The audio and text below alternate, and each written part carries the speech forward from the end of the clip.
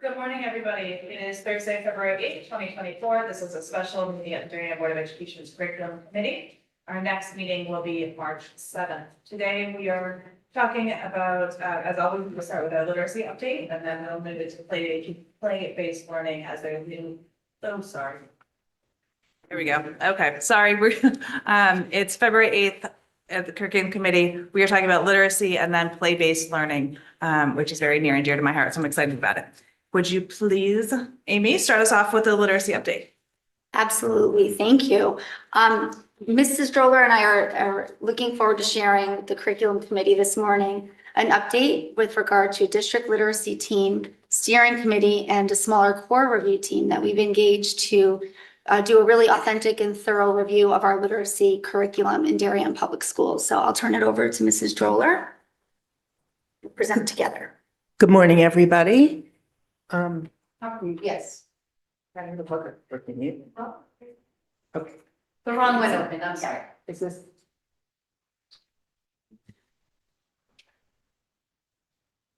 There we go.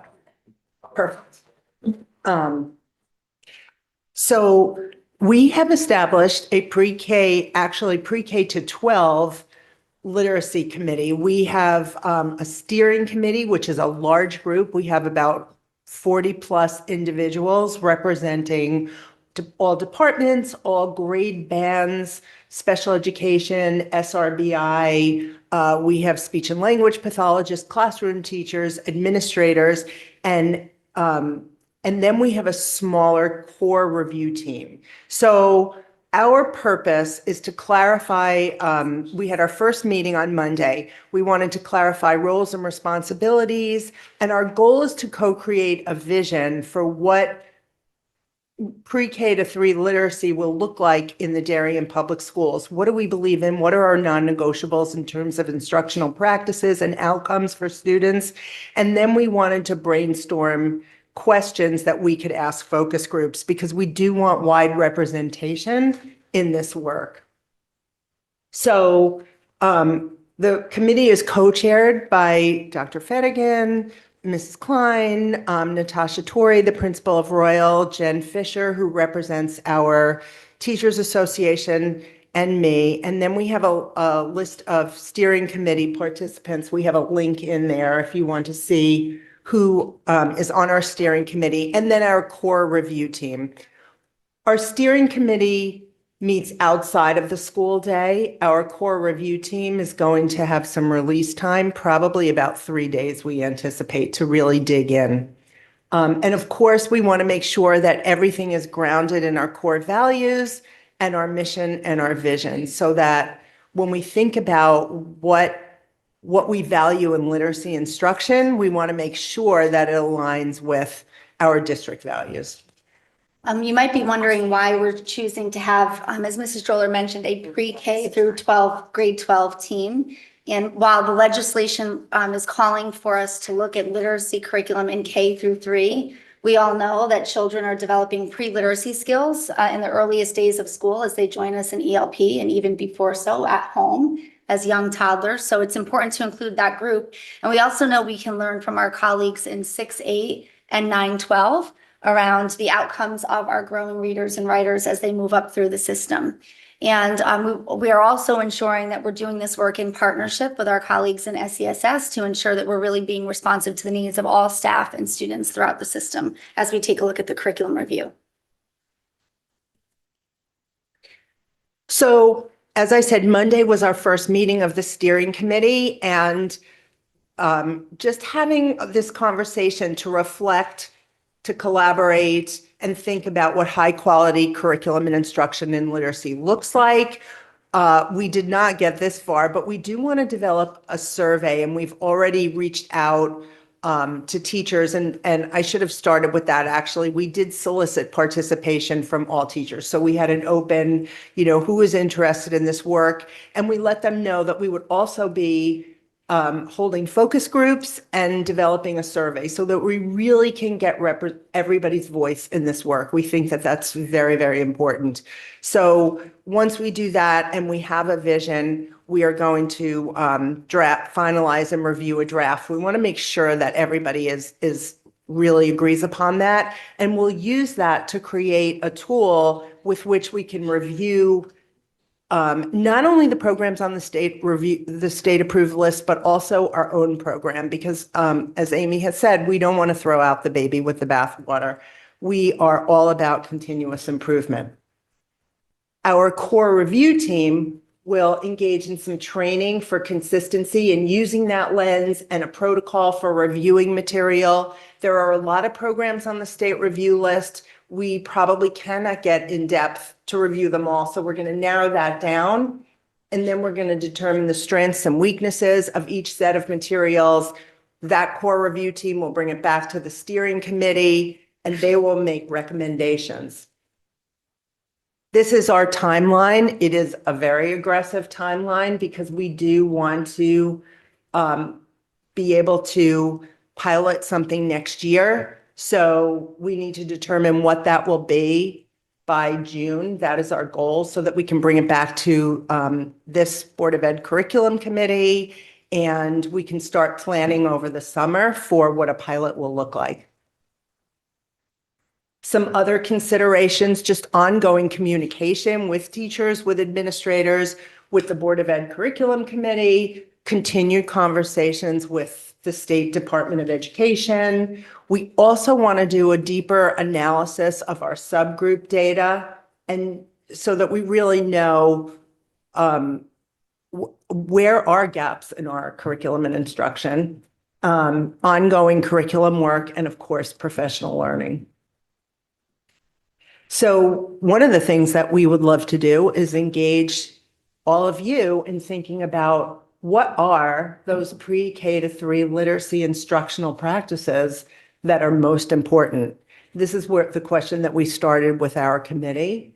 And we would love to hear some of your thoughts about that as well. Not to put anybody on the spot, but just thinking about that. Do you want us to answer now? Yeah. Okay. What I think is really important, both as a parent and with my educator lens on, is that love of reading being developed. And I feel like sometimes the reading instruction can get very rote and very, just routine. Mhm. And to still be able to have that free time to be able to sit with a book and love that book and be able to flip the pages and in the younger grades look at the illustrations. And I feel like that learning to love a book and having a book in hand or text in hand is really important. That doesn't get lost as we move towards more, screen-based practices. So that's my own personal opinion. I don't know if anybody else wants to share. I just had a couple of questions just on the makeup of the steering, not the steering committee, the larger committee. I looked at the link and I just noticed that some schools have much less representation of like a teacher versus other schools. Was there, for the makeup of the committee, was it dependent on which schools had more literacy needs in K through 3 or how was that determined? And it might be that those schools have more representation on the core review team. Like I said, those meetings are outside of school hours. So there are some teachers that precludes them from participating just because of childcare and other issues. So that was totally voluntary. But, okay, so if some schools have like one teacher represented and others, had 3 per grade for K through 2 or, one consideration that I just wanted to make sure that all school teachers have an opportunity to give their feedback and then that learning ends up getting back to those schools when it gets implemented in the same manners that we have consistency between schools. Absolutely. And some of the teachers said that they wanted to participate through the focus groups or the surveys Okay, and not on the committee. right. Thank you. One of the things that we're really cognizant of is thinking about what will be our mechanisms to communicate throughout this process, not only through administration, but through the teachers who are involved in the committee. And also we do have the literacy team, our interventionists that are alongside the steering committee and core review team. And there is equal representation of those across all of the schools as well. Okay. I have another quick question about the steering committee, not about the instructional practices. We talked before when we were talking about how this would work, that there would be some conversation between the secondary level with the elementary. I didn't see any middle school teachers on this. What's your plan to make sure that they have input as to what they're seeing? So, Mr. Janosko is on the steering committee as well as, Christine Depew, who is from Middlesex. Okay. And Mr. Janosko has also enlisted the support and voice of other middle school teachers and high school teachers in the process.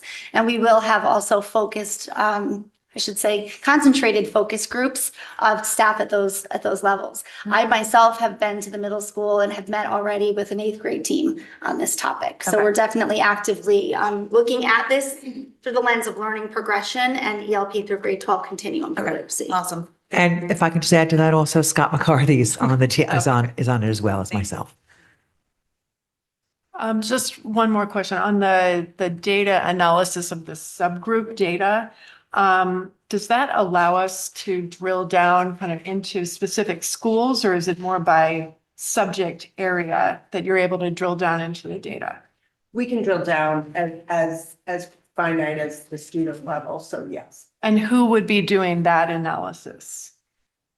We would, or Amy and Shirley and me. So, okay, the leadership of that. Okay, thank you. But also school-based teams who are thinking about, for example, SRBI are drilling down to student-facing data. We're just going to look at different methods to do that. Right, we look at our data all the time. At every, many teams, as much as every time they have a PLC, they start with looking at their data and in one particular area, which is our goal. But we look at it at the school level, at the building level, at the team level. We look at it during literacy team and math team meetings, so we're always looking at it. We don't always do that granular subgroup, like deep analysis and go back and like really mine that data to the level that we want to spend some time doing. Okay. I just have one more question. So is the intent, I know you mentioned that it's not only evaluating the new state mandated programs, but also looking at our own. Are we thinking, and I know this is very early stage at this point, are we thinking of potentially just adding on to in the areas where the state told us that we need to do something, kind of adding on to our existing program? Or are we also taking this opportunity to evaluate our existing program as well and kind of where we can improve that too? And is that the intent of this entire team focus? Yeah, I mean, All of it. that's certainly part of it, yes. So it was, the charge here is to look objectively at all the Okay. programs, including our own, objectively. If we end up, the resolution to the state is you got to choose one of these things. That's their resolution, right? But if our resolution is we choose one of those, I'll call them curriculums, right? Programs, then that's the choice that and recommendation that the staff has made based on the science of reading and based on their professional input to it. But they're simultaneously going to look at what we currently have right now. And if their choice is to modify that, complement that, supplement that, then that will also come back then as a recommendation for whatever reason. So, but they understand that the charge of the group is to look objectively. We have been in this process of trying to seek to understand from the state and look objectively. We're not just being dogmatic in a sense of like we have nothing to learn. We're not going to change the program. We haven't taken that position. In fact, we've taken the opposite position. We will look at all of these really objectively, and let's see what our professional staff who have the expertise in the area bring forth. Thank you. Katie has her hand up. It's me, Sarah. Thank you.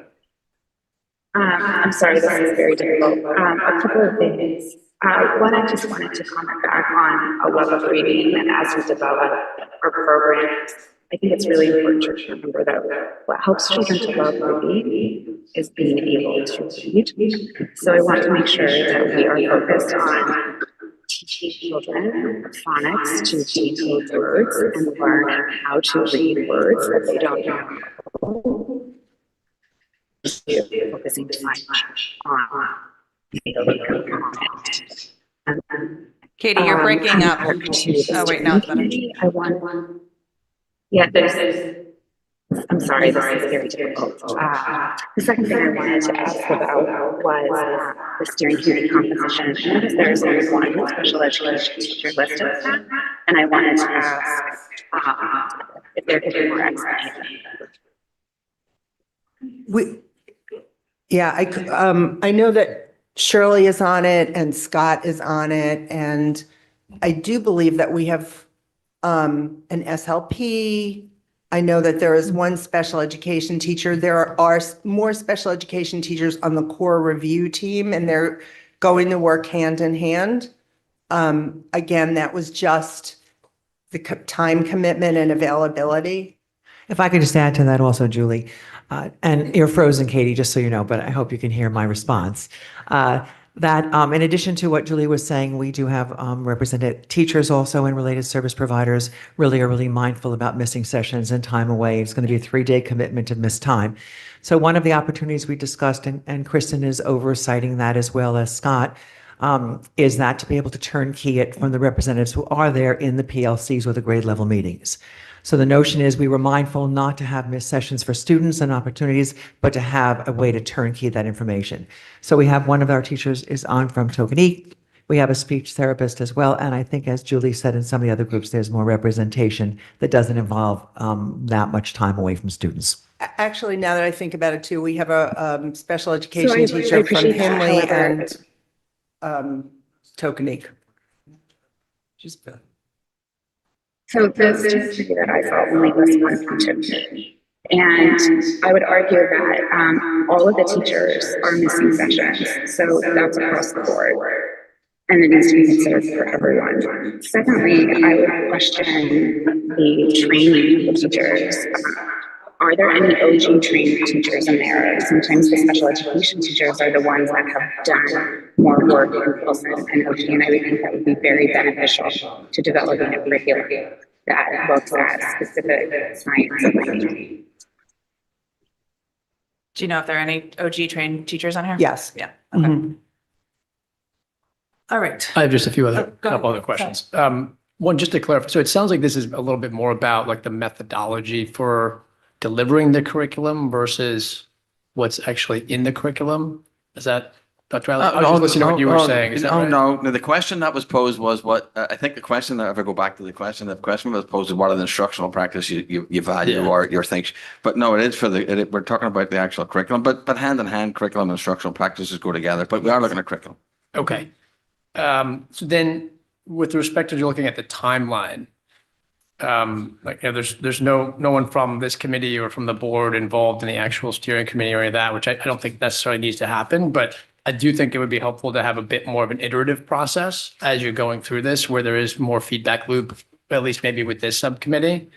When you're thinking about what's the vision, you're going to come up with what that vision is. It'd be great to hear that earlier on in the process versus waiting until the end where you've got a full plan laid out based on that vision that maybe the board has feedback on and you want to incorporate. Yeah. and So- I think it's, I'm sorry. Oh, I think it's sorry. our intent that Yeah. this literacy update is at the top of every agenda every month, so okay. that we'll bring it back. So March 7th, you can Yeah. expect another update and more dialogue. Great. Okay. And I think that would be part of our next steps. So feedback from the curriculum committee. So that's exactly something that we considered. And then sharing this with our curriculum leadership team, who approves curriculum and materials, and then a presentation most likely to the full board of that, I would anticipate. So All right. that's it. Any further questions about this for now? Thank you for getting this organized on a relatively quick timeframe. I know it's tight, but we very much appreciate the speed at which this is going. It's an opportunity, for sure. Yeah. Okay, moving on to our next agenda topic of play-based learning. Okay. Well, as Sarah indicated, this is near and dear to her heart. It's near and dear to my heart as well.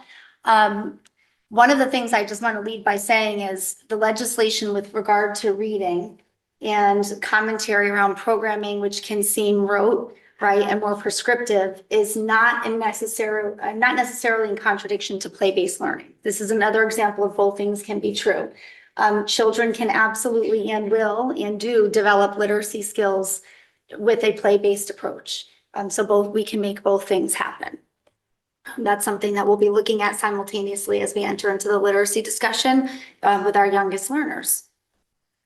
So today, I'm happy to be sharing this presentation with Shirley Klein and Laura Strayton, Director of ELP. And some of the things that we want to talk about today are the legislation that's impacting schools across the state and thinking about how we approach curriculum and instruction with our littlest, youngest learners. Really a definition of what play-based learning is by law and research. Examples of what play-based learning could look like and will look like, we hope, in our classrooms, and then the impact to continued work in the areas of curriculum and professional learning.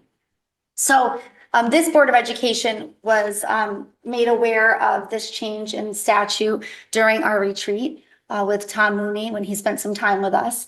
And so what the law is actually calling for is for us to have a play-based approach to teaching and learning in preschool, ELP program, and kindergarten. However, teachers in grades 1 through 5 must be permitted to implement play-based instructional strategies. Our focus in district will be, of course, to start with ELP, with preschool and kindergarten. And as everything we do, just like in the conversation we just had around literacy, it's important to be thinking about all of our work in the sense of a continuum as children progress through the system. It's important to note that the play-based learning has to happen during the course of the school day. So additionally, the legislation stipulates that there has to be play-based learning incorporated into daily practice. It can be met through free play, guided play, and games, and we'll talk about the difference and nuance of those terms, and must be predominantly free from mobile electronic devices. And that's also refreshing, I know, for everyone around the table. So our old friend, Mr. Rogers, how does he define play-based learning? In his neighborhood and ours, right, play is often talked about as if it were a relief from serious learning. But for children, play is serious learning. Play is really the work of childhood. So it's really important to think about, again, how we intentionally design from a teaching and learning perspective, curriculum and instruction. And by the way, how we assess learning. We can assess learning as children engage in play. The law, this comes again from the update from Shipman and Goodwin. The law defines play-based learning. It's a pedagogical approach that emphasizes play in promoting learning and includes developmentally appropriate strategies that are integrated, that's a key word, with existing learning standards.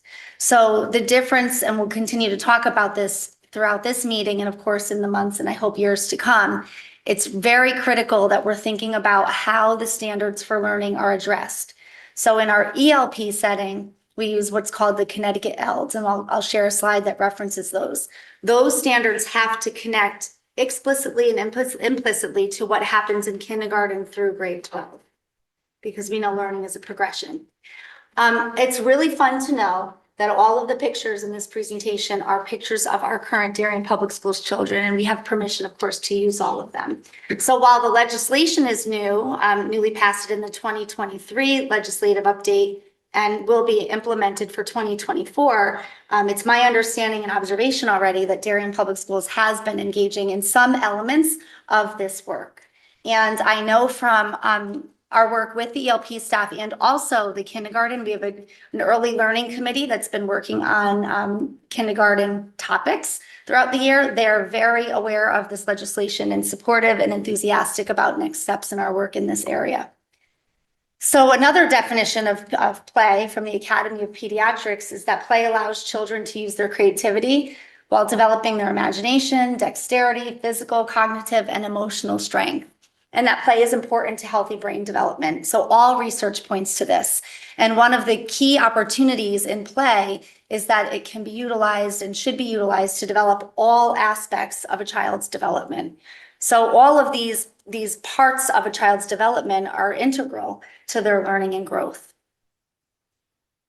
Most of the research that I would encourage the board and administration to hold on to in the area of play-based learning would come from the Center on the Developing Child from Harvard.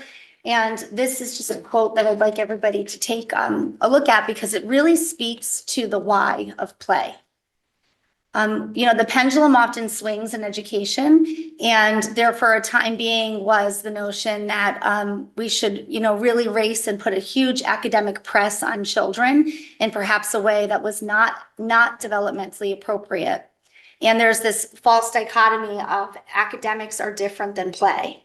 Really, what the research says and what we know is that those things should be integrated and intertwined. And it's incredibly important now more than ever, I'm sure, in the face of the pandemic, but we just think about the health of our society near and far, right? For children to have opportunities to develop critical thinking skills, to develop their social skills. All of this work points to future success of children in college and career. And most importantly, there's even research that signifies how children's future health is impacted by having these early opportunities. So I'd love for you to take a look at this little piece of data. It's age, so 2 from all the way to 70. The brain's ability to change in response to experiences, and then conversely, the orange represents the amount of effort that such change requires. What do you notice about this? But as we age, it gets a lot harder to change. So for everybody in this room, this is bad news, perhaps, right? But there's a lot of research in early learning that's called START. It's really pretty simply named. It's called Start Early. And so this research is, again, another piece out of Harvard that speaks to the critical opportunity for young children. It's why we have things like birth to 3 in the state of Connecticut, but it's incredibly important to think about what happens birth to age 7. And that's why you'll often hear this legislation talks about really pre-K and K with an option for grades 1 through 5. It would be my recommendation for us as we're developing curriculum and thinking about instruction strategies, and Laura and Shirley and I have talked a lot about this, to again think about that continuum, especially grades ELP through grade 3. That's something that's going to be very important for us to keep in mind. Another thing for us to notice here, again from the Center on the Developing Child out of Harvard, this is an actual brain scan of a newborn baby at birth. Whoop. Let's see, can you click, Michelle, there should be on this slide, the next. It's animated to include. Is there a link? No, it's, if you go back, it's animated. It works on my screen. And I have the same as you. I just want to see, I want everybody to have a chance to see this. Okay. I'm gonna Maybe pass Amy, it while this she's way. finding that, you can describe that, Amy, that in the next slide, it So, obviously gets I- more yeah, robust. I don't know why it's not going there. There's something lost in translation because it's a We can very- see it from here. Oh, there you Very- go. very same slide deck.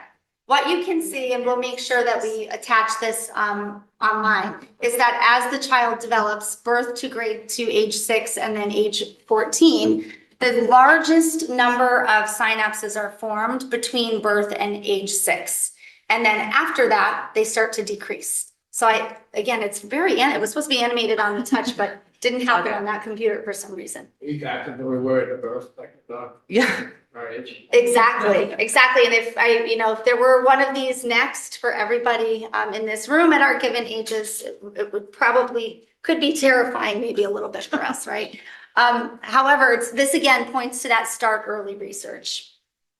One of the people that I like to work with from the National P3 Literacy, National P3 Center is Dr. Christy Cowers, and this is actually some work that she does with the UConn PK3 program. And thinking about under the umbrella of playful learning, there are different approaches that can be used. So free play all the way up through direct instruction. And if you think about it, the difference in these types of play approaches is really the role of the child and the role of the adult. So free play is really child directed, but also without intentional planning towards standards, right? It's just learning can happen during free play. There isn't just that direct alignment and intentionality to standards.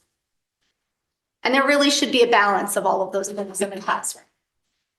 This is some research out of First School, which exists before 2018. This is just one of the more recent publications. So if you think about both of these pie charts show activities in pre-K and kindergarten settings. And I'd like to also ask what you notice about what these charts are telling us, these pie graphs are telling us. There's a huge jump from whole group from pre-K to K. Huge. Huge. And the choice diminishes significantly. Right. And there's so much for us to think about with regard to not only play, but other really important aspects of early development in children. For example, like the development of executive function and how when we provide choice for children, there's an increase in their opportunity to practice those skills. And similarly, there's a difference in providing whole group instruction and allowing children to have opportunities to work directly with the teacher or in small groups and to have that peer-to-peer interaction. So part of this legislation is also thinking about what has maybe more recently been happening in early learning childhood settings and how developmentally we need to think about not only shifts in curriculum, but to your point, Mr. Gramling, also instruction. We need to be thinking about both things at the same time and assessment as well. This is just, again, some more information that I've kind of indicated already about free play versus play-based learning. It is important to note that children can have fun and do have fun with free play and also play-based instruction. The difference is, and learning can happen with both. The difference is play-based learning is really intentionally designed to support existing standards in the areas of literacy, numeracy, social standards, behavioral standards, science standards, social studies standards, et cetera. These are some of those standards that I was referring to before that come from the Connecticut ELDS. And what you'll notice is that there are so many domains represented here. So language and literacy, I won't read them all, but each of these areas is developed through intentional play-based learning, design, and instruction. And I know that our early learning centers they're implementing instruction now using the Connecticut ELDS, and they're also using the Aligned CT DOTS as an assessment framework. Just again, a reminder that play is not frivolous. There's intentionality. Play is the work of children. And it also supports the development of those 21st century learning skills. And I know when we think about, again, vision of the graduate, all research is pointing to the fact that when children exit their school experience from grade 12, they have to be effective problem solvers. They have to be effective communicators. They have to have the social skills to understand their position in a situation and someone else's perspective. These are all critical for future success. So what are some of the critical thinking skills that can come from play? They're here. The ability to collaborate, the ability to be a good citizen, to express one's ideas. Children can learn all of these things and more as they play. So you might use blocks, you might use dramatic play. These are just some examples of resources or materials that could be used when you're developing and designing curriculum. And these things exist in our classrooms now. And so what could play-based learning really look like? So some of the things that Laura and Shirley and I are looking forward to engaging staff in the area of professional learning around would be some of these ideas of setting up provocations for our young people. So with that, you look at the existing standards and you develop questions, you develop lessons that include points of inquiry for children or things for them to investigate and explore. So for example, a provocation might be make 2 cars with different size wheels. Which one rolls the farthest? Can you make a boat that floats? And obviously engaging children in the discussion around using vocabulary and thinking about related, for example, science concepts that contribute to these ideas. Play plans support the executive function and literacy skills. That's the concept of working with young children as early as 3, our youngest learners, to engage them in thinking about making a plan for what they will do in play. Because that helps children think about sustaining attention. And it is amazing to see how children can develop their play plans from the verbal articulation, drawing pictures, and eventually writing what their plan will be. And then how do they execute the plan and reflect on what happened with that plan.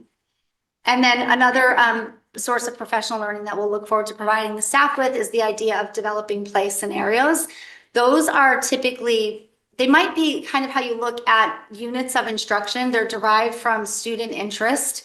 So students typically, teachers know what their students are particularly interested in, and they develop really a scenario that children can explore, develop really sophisticated vocabulary. Children typically develop their own props and engage in role play. And this is when children are really the primary drivers of researching the world around them, which they live.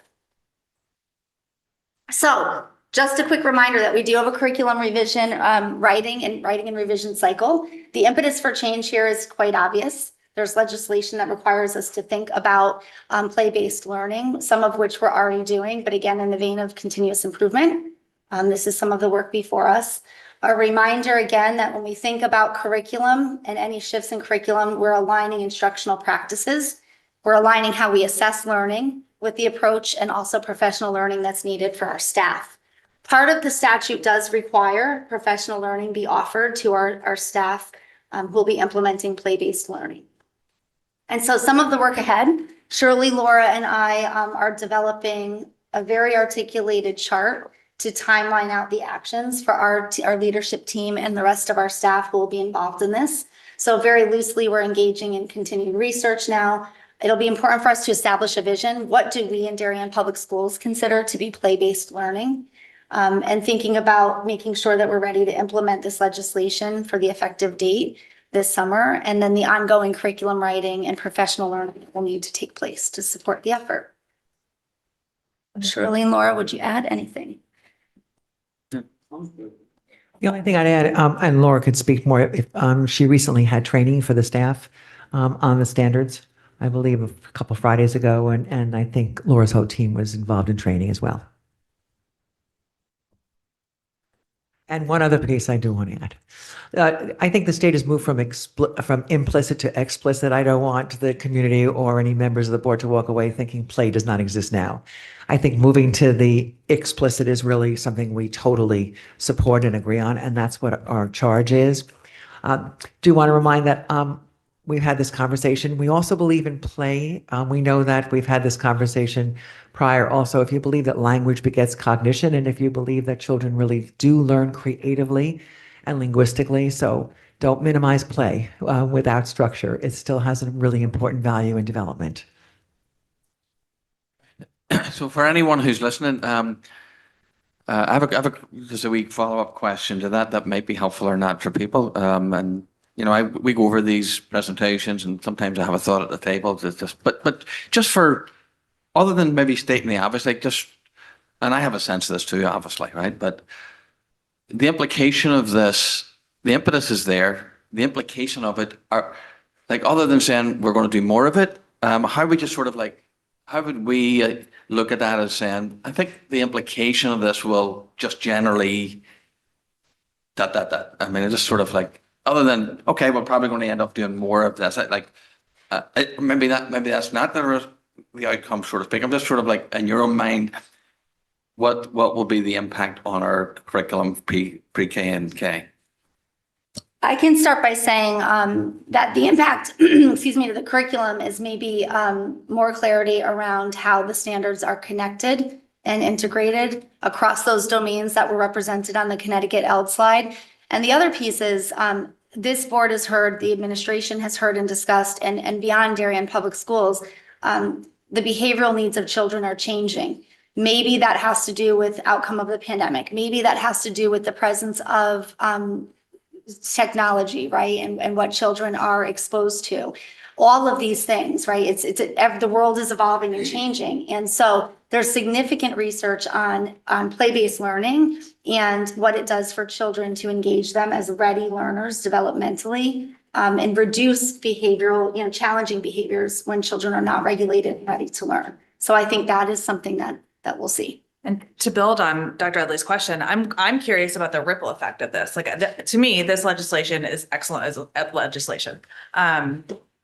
What does this mean for education from 2 to 12 and 2 beyond? If one would assume, Laura, that our ELP program is very play-based currently, because that is developmentally appropriate. I think we could all agree that our kindergarten is maybe a little more academic, and that might need to be shifted. But what does that mean for 1, 2, 3, 4, 5? Like, how will the curriculum change holistically if this new approach of more play-based learning? It is how kids learn. So what do you see happening in the future for the older kids as well? Good question. Everyone wants to weigh in on this, but I think, Sarah, the standards were the same curriculum scope and sequence is there based on the new standards. I think the difference is the strategies and methodologies we use, because it'll be implemented, or can be, in grades 1 through 5. Teachers can choose to do that through the notion of play-based learning. I think one of the slides from Harvard shows how there's a real authentic methodology to play-based learning. So you could learn the same science standards via play as you can by putting up a word wall. That's, I think, what the difference is. The other piece I think that happens when you go from implicit to explicit is you have opportunities for progress monitoring. So we know with children who have learning differences in language that their play might look very different than a typical child who has a different capacity for language. So it really allows us to progress monitor, kind of facilitate that language in play, and gives us a different opportunity, especially an early learning program, to foster that. Now that's done currently, and they actually collected information from Connecticut Dots. I think it offers training for professionals, for speech therapists, for teachers, in terms of sharing practices of how to facilitate language to beget that kind of play. So I think that's the explicit piece. It helps with kind of assessment and progress monitoring, but it won't change the standards. It'll just give another opportunity of how to implement it. Also, one thing, when you do that, you can tap into all the modalities. So you can tap into whether it's kinesthetic or whether it's auditory, or whether it's visual. It gives you a different opportunity to reach all learners by tapping into the same scope and sequence using different modalities in play. So I'm wondering, with my budgetary hat on, does this necessarily have any budgetary impact curricular? Like, my guess would be probably professional learning maybe, but beyond that, what do you see impacting the budget?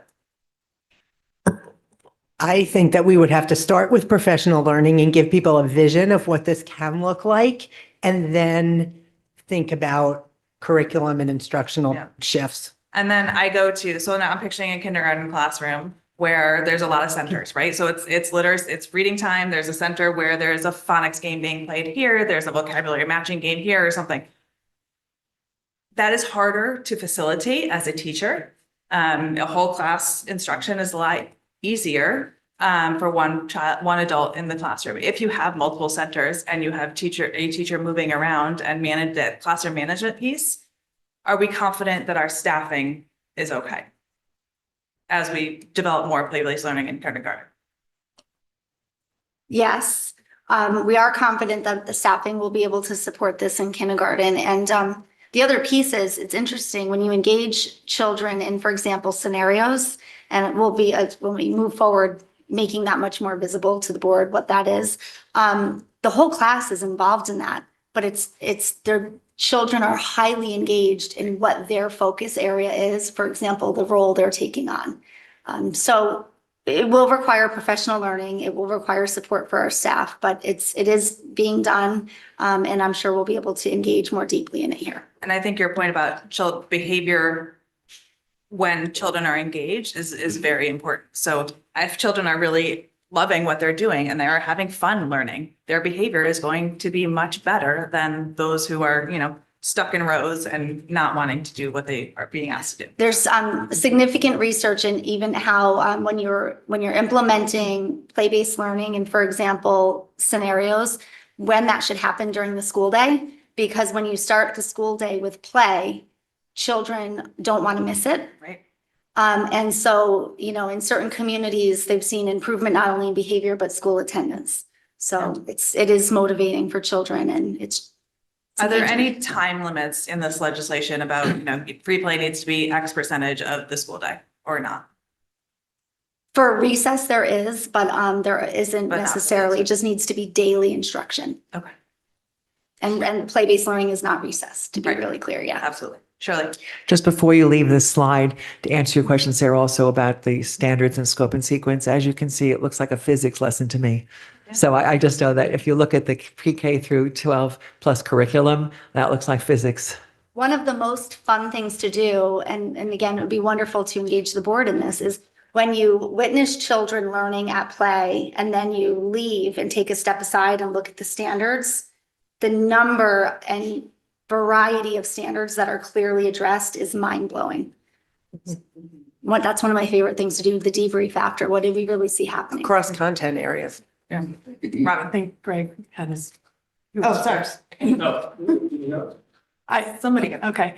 I love this, by the way, because my kids went through Montessori and also Reggio Emilio in preschool and pre-K, which are basically exactly this. So similar to what Sarah was asking, because my experience is that, first of all, in order to effectively teach this kind of methodology, even though it would seem very easy, in order to actually accomplish the instructional standards and meet the curriculum requirements through play is a very, very different approach to teaching. So I do think that the professional development, I mean, hopefully our teachers are already doing some of this in ELP and kindergarten, but professional development is really, really critical. And then the other thing of the Montessori, I know, invests a lot in the manipulatives, the teaching supplies, the play-based learning, specifically for math or for science, even with that picture.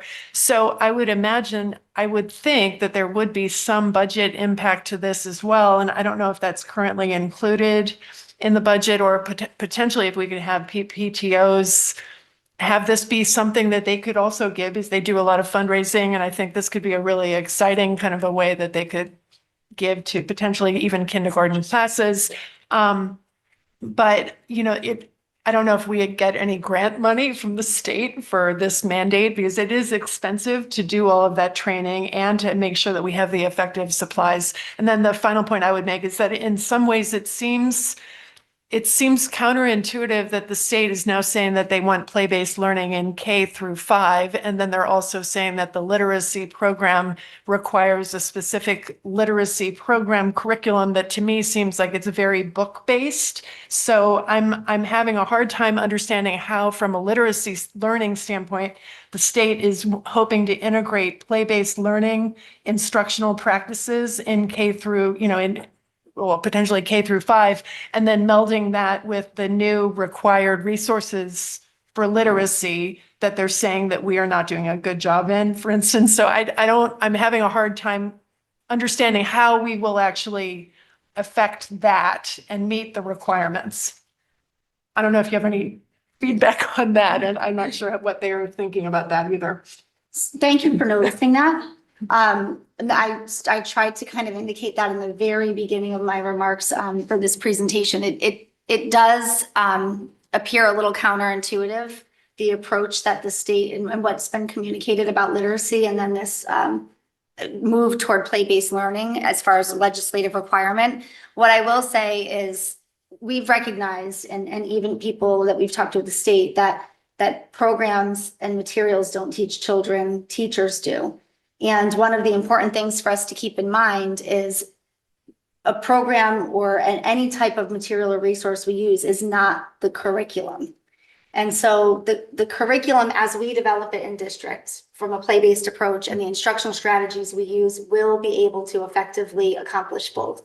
Because we will be writing play-based curriculum, paying attention to the literacy standards for children that are pre-literacy standards in ELP up through grade K, K and beyond. Yeah.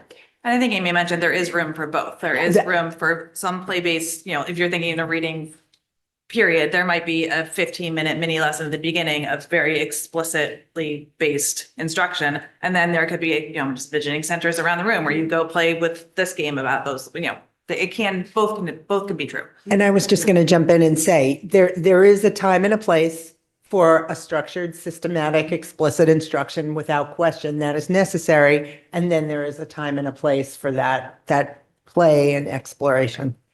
Great, sorry. So I would echo Robin's sentiments in terms of like, this is great. My kids benefit from the same Reggio Emilia program and curriculum that she mentioned.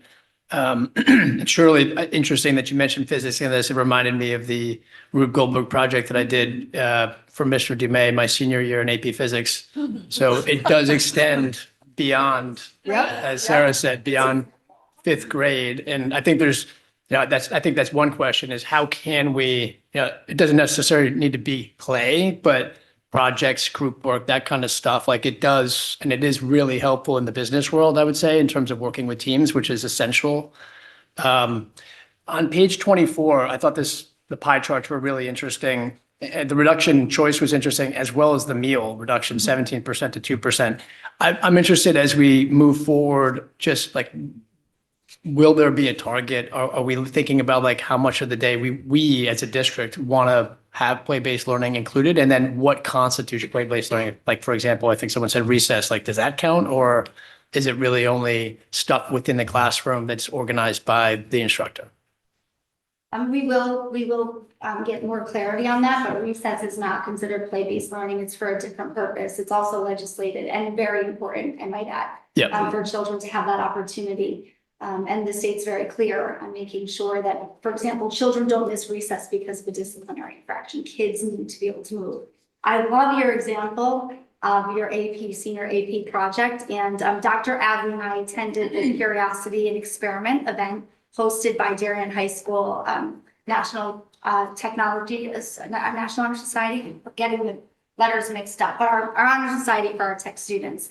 And JETS, is that the JETS, Junior Engineering Technical Society? It's the National Technological National Honor It Society. wasn't the Jets, but it's Something something similar. similar. Okay. Yeah. It's like we have National Honor Society. This is for division of our tech department. And there were children there, our youngest elementary children engaging with our high school students. And I turned and said to Dr. Adley, this is a primary example of play throughout the system. So it's happening. It's just being more explicit about it. And I'm sure those high school students were very engaged in what they were doing, and there were smiles We and were there were too. laughter. Yeah, Everybody in the room Yeah. was engaged. there's a lot of hands up. Yes, I also would say, I think the K through 12 robotics initiative also is very, very much inspired in a way and allowing for kids to have play-based learning and problem-solving exercises, even at the levels of K through 2. So I think this is an exciting opportunity for us. Shirley?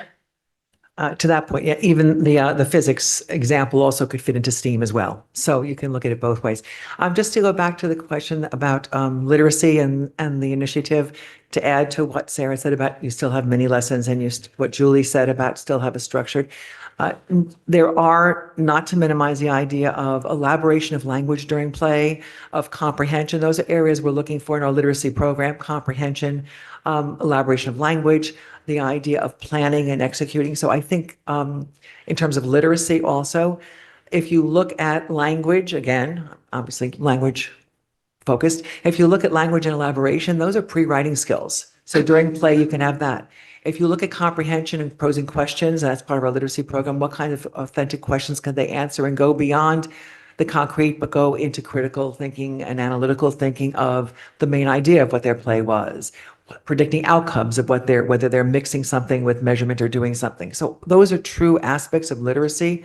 And actually comprehension was one of the things we cited in our literacy goal of our science of reading. So just wanted to add, there are aspects of that. Writing as well. Children labeling and writing things as part of their play is huge.